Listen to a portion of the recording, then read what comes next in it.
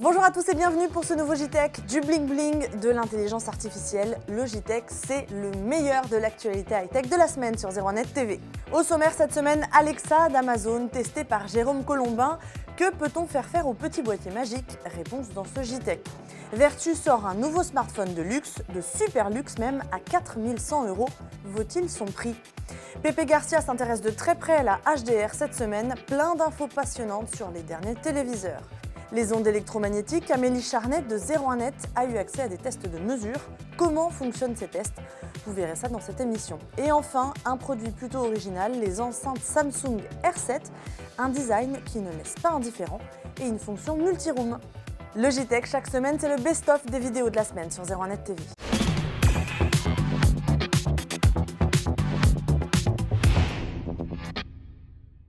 Il n'est pas vendu en France, mais Jérôme Colombin a la particularité d'être un peu impatient et il a ramené des États-Unis, du CES de Las Vegas, un petit boîtier Amazon, le Leko, qui embarque Alexa, l'intelligence artificielle. Mais que peut-on faire avec ça? Comment l'utiliser? Voici la réponse. Alexa, what's my next meeting? Next event is Demo HoloLens Microsoft tomorrow at 10 a.m. Comme Alexa est très intelligente, on peut même lui poser des questions encyclopédiques. Alexa, how tall is the Eiffel Tower? The Eiffel Tower's height is 1,063 feet, 324 meters. Alexa, who is the Prime Minister of France? The Prime Minister of France is Manuel Valls. Ah non, Alexa a un petit métro de retard, donc visiblement elle va piocher des infos à des endroits qui ne sont pas forcément très à jour. C'est peut-être l'une des limites du système. Alors le système se paramètre très facilement via une application mobile. Et on peut y adjoindre par exemple un compte Spotify pour écouter de la musique. Alexa, play my playlist from Spotify.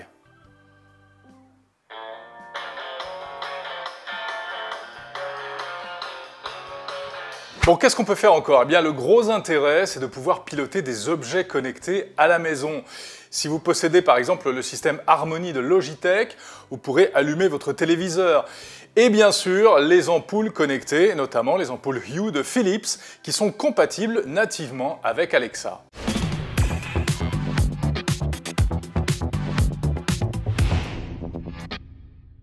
Que peut-on bien mettre dans un smartphone pour qu'il atteigne un prix aussi énorme? 4100 €. Mais Vertu a déjà fait bien plus cher. Il veut en fait étendre ses clients potentiels. Faites-en vous partie. Vous pourrez me répondre après ce test de Jean-Sébastien Zinki. Difficile tout d'abord de justifier ce prix par sa configuration technique. Elle est clairement haut de gamme avec un écran de 5,5 pouces AMOLED et une puissante puce Snapdragon 820. Le smartphone est donc réactif et très agréable à utiliser. Il permet aussi de jouer sans problème aux jeux 3D les plus gourmands. Dommage seulement que sa batterie de 3320 mAh n'offre qu'une autonomie de 7h55 en utilisation polyvalente, un peu trop limitée à notre goût. Le luxe est donc à trouver ailleurs sur ce Constellation, à commencer par sa finition absolument impeccable. L'appareil est en effet assemblé à la main dans les usines anglaises de la marque. Il fait appel à des matériaux nobles comme du cuir ou de l'acier. C'est très beau, mais du coup très lourd et très encombrant. Le téléphone pèse 241 grammes et son épaisseur atteint 1 cm. Si vous cherchez un appareil discret, passez donc votre chemin. Mais le luxe, c'est surtout les services de conciergerie qui sont proposés avec le téléphone. Il faut pour cela créer un compte spécifique auprès de la marque, après un entretien téléphonique préalable avec un concierge. Celui-ci connaîtra alors au mieux vos besoins. Il suffira ensuite de presser le bouton rubis situé sur la tranche de l'appareil pour faire directement appel à lui.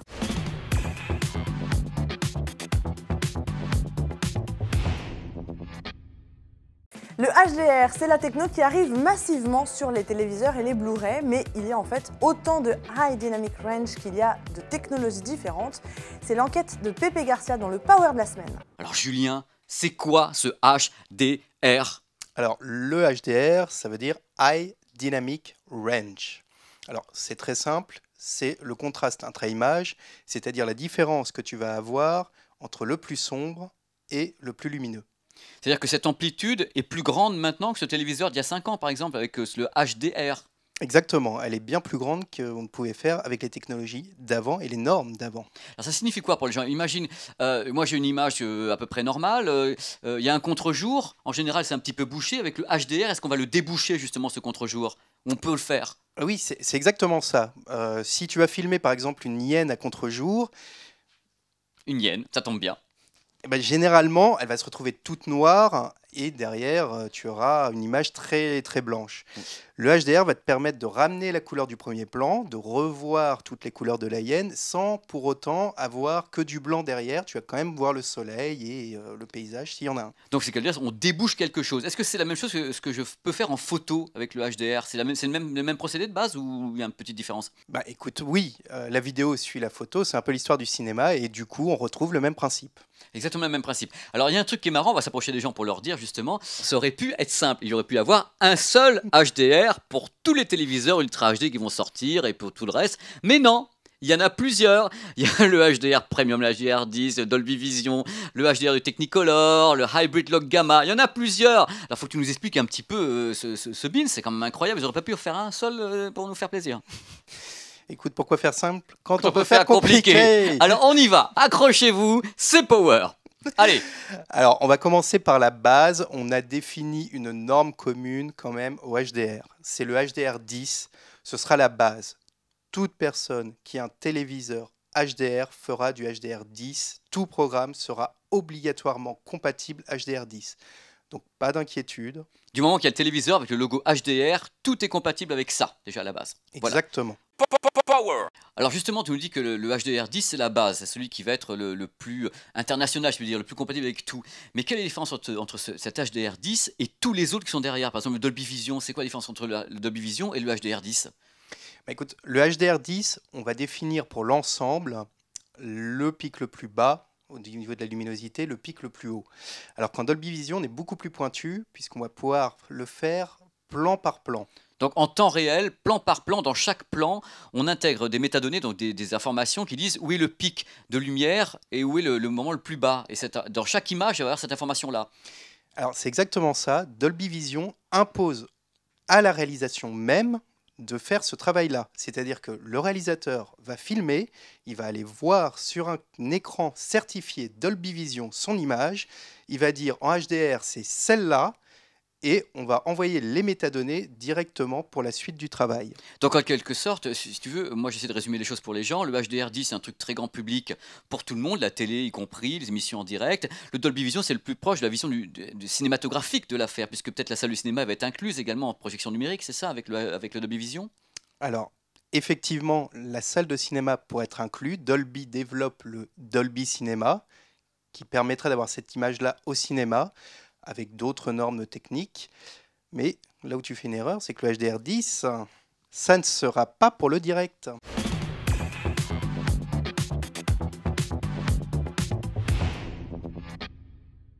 Les ondes électromagnétiques, elles font beaucoup parler. Amélie Charnet de 01net a voulu savoir comment elles sont mesurées, car en fait, les seuils sont fixés par l'Agence nationale de la sécurité sanitaire, mais les mesures sont effectuées par l'Agence nationale des fréquences.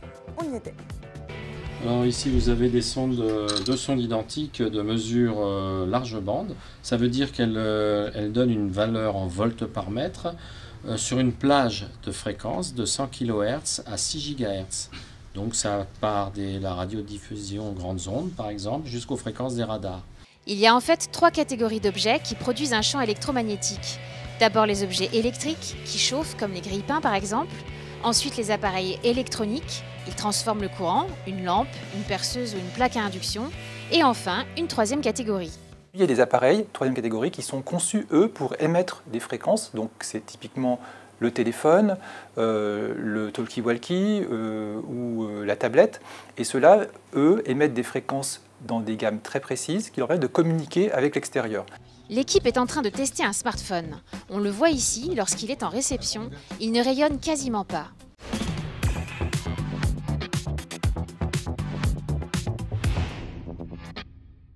Ces enceintes ont beaucoup fait parler à la rédaction de 01net TV. Le design est en effet plutôt original, mais au-delà de ça, elles sont très intéressantes et c'est François Bedin qui vous explique pourquoi. Cette enceinte est originale par son design en forme d'œuf allongé. Elle comporte 2 haut-parleurs, un pour les aigus placés en haut et un pour les graves placés en bas. Le haut-parleur pour les graves diffuse le son à partir d'une fente, ce qui permet une diffusion à 360 degrés. En revanche, nous avons constaté un gros déséquilibre entre les graves très prononcés et les aigus trop discrets. L'autre originalité de la R7 de Samsung est son système donc de communication sans fil. On peut l'utiliser en Bluetooth comme une enceinte portable traditionnelle, dans ce cas-là c'est très simple à faire, ou s'en servir en Wi-Fi pour bénéficier des fonctions multiroom. Disponible pour iOS et Android, l'application permet tout d'abord de faire communiquer l'enceinte avec le réseau Wi-Fi de la maison. Mais surtout, elle permet d'utiliser l'enceinte en mode multiroom, c'est-à-dire de placer des enceintes dans n'importe quelle pièce et d'envoyer du son sur certaines enceintes et un autre son sur d'autres enceintes. L'appli permet également d'utiliser deux enceintes pour constituer un véritable système stéréo, car prises séparément, chaque enceinte est mono. Il est ensuite possible de définir quelle enceinte ou quel groupe d'enceintes va recevoir quelle source sonore. Par exemple, une enceinte placée dans la salle de séjour pourra recevoir du son issu de la tablette ou du smartphone, et une enceinte située dans la chambre pourra recevoir du son issu d'un service de diffusion audio comme Spotify ou Deezer. En plus, chaque enceinte dispose de son propre égaliseur sur l'appli, ce qui permet éventuellement de corriger les problèmes de son.